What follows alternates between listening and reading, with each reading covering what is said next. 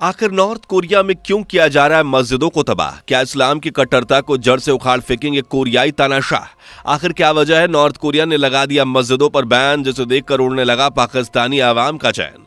क्या north Korea में इस्लाम मजहब खत्म होने की कगार पर खड़ा है? आखिर क्या वजह है कि साउथ कोरिया में मस्जिदों पर प्रतिबंध लगाया जा रहा है?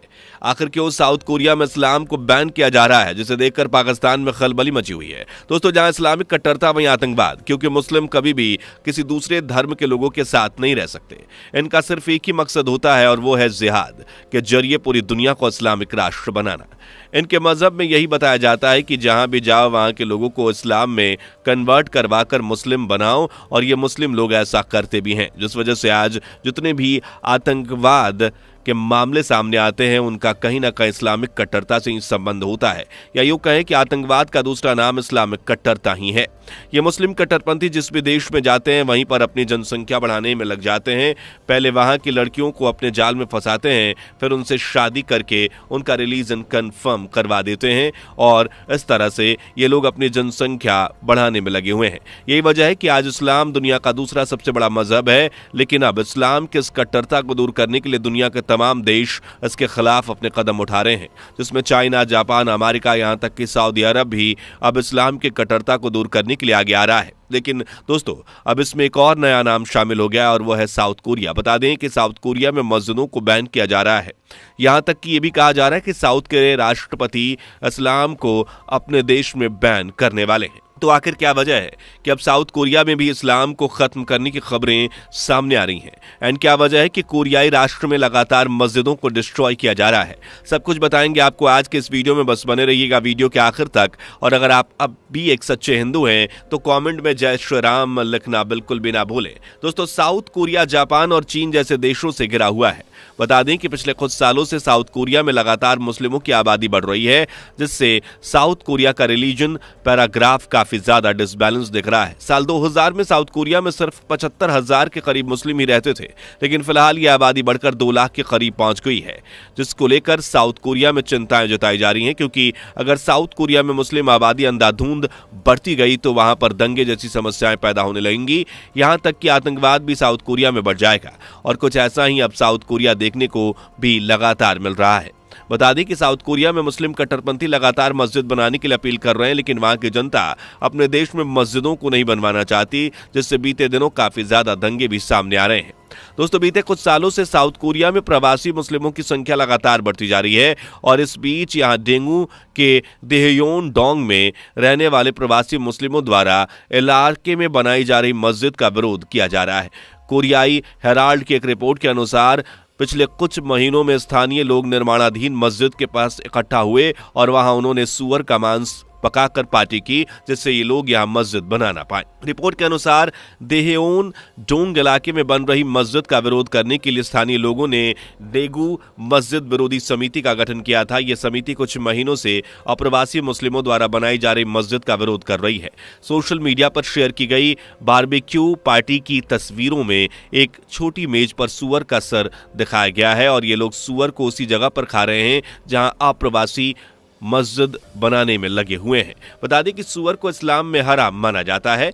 दक्षिण कोरिया के डेगू शहर के देहयोनडोंग के स्थानीय लोग और अप्रवासी मुस्लिमों के बीच लड़ाई लंबे समय से चली आ रही है। इस विवाद का कारण मस्जिद ही है, जिसका निर्माण 2020 के अंत में शुरू हुआ था, और साल 2020 के आंकड़ों के अनुसार साउथ कोरिया में अप्रवासी मुस्लिमों की कुल आबादी 3.3% है, और अब यह संख्या तेजी से बढ़ रही है।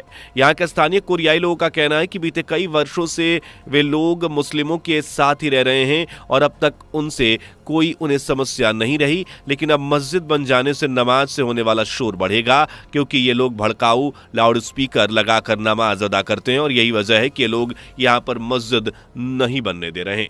कोरियाई लोग अब वहाँ की मस्जिदों के गेट पर वाहनों को खड़ा कर रहे हैं और गली में सुअरों के कटे हुए सिर रख रहे हैं। यहाँ तक कि मस्जिद के पास खुले में सुअर का मांस भी पका रहे हैं। यही नहीं, नमाज के समय तेज आवाज में गाने बजाकर मस्जिद का विरोध कर रहे हैं। इसके अलावा आपको बता दें कि यहाँ के आम लोगों ने मोहल्ले में पोस्टर लगाकर भी मस्जिद निर्माण का विरोध किया है। इन पोस्टर्स में लिखा गया है कि इस्लाम एक दुष्ट मजहब है जो लोगों को मारता है। हम इस्लामी मस्जिद के निर्माण का कड़ा विरोध करते हैं और आतंकवादियों का अड्डा है ये। बता दें कि स्थानीय लोगों के विरोध के बाद भी मस्जिद का निर्माण जारी है। दोस्तों, वहीं अगर नॉर्थ कोरिया की बात करें तो यहाँ धर्म पर पाबंदी है, इसलिए वहाँ ज्यादातर लोग किसी भी धर्म को नहीं मानते। हालांकि वहाँ पुराने धर्म जरूर हैं, लेकिन उनका पूजा पाठ भी गुप्त तरीके से किया जाता है। चर्च से लेकर मस्जिद तक सभी न जाने कितने सालों से बंद कराई जा चुकी है। केवल मुस्लिम देशों के दूतावास के कर्मचारियों के लिए एक मस्जिद राजधानी प्योंगयांग में है, लेकिन वहां देश का कोई भी आम नागरिक नहीं जा सकता।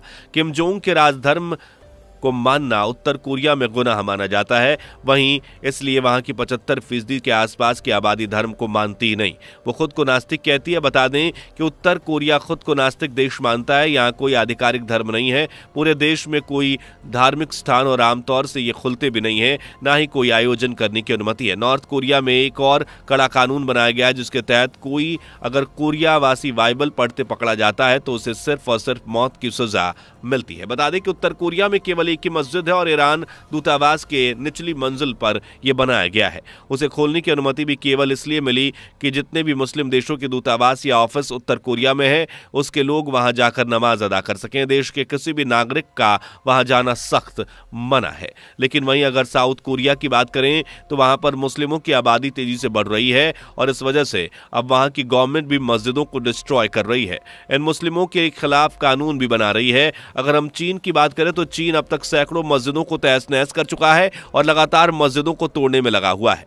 एंड इसके सब के बावजूद इस्लामिक देश कुछ भी नहीं कर पा रहे। यहां तक कि चीन का पड़ोसी देश पाकिस्तान भी ये सब चुपचाप देख रहा है। यहां तक इस्लाम का गढ़ कहा जाने वाला सऊदी अरब भी अपने ऐतिहासिक स्थानों को मिटाकर सार्वजनिक टॉयलेट और मॉडर्न बिल्डिंग्स बना रहा है। दोस्तों, ये सब देखकर ऐसा लगता है जैसे इस्लाम अपने अंत के करीब आ गया है। दोस्तों, आपका इस बारे में क्या कहना है, आप कमेंट करके बताएं। इसी के साथ उम्मीद करते हैं कि आपको ये जानकारी जरूर पसंद आई होगी, इसलिए वीडियो को ज्यादा से ज्यादा लाइक और शेयर करें। एंड अगर आपने अभी तक हमारे चैनल को सब्सक्राइब नहीं किया तो सबसे पहले चैनल को सब्सक्राइब करें। तो मिलते हैं ऐसी कमाल की वीडियोस के साथ, तब तक के लिए जय हिंद। दोस्तों, आपको स्क्रीन पर 2 और वीडियोस दिखाई दे रही हैं, जिसे देखने के लिए स्क्रीन पर क्लिक करें।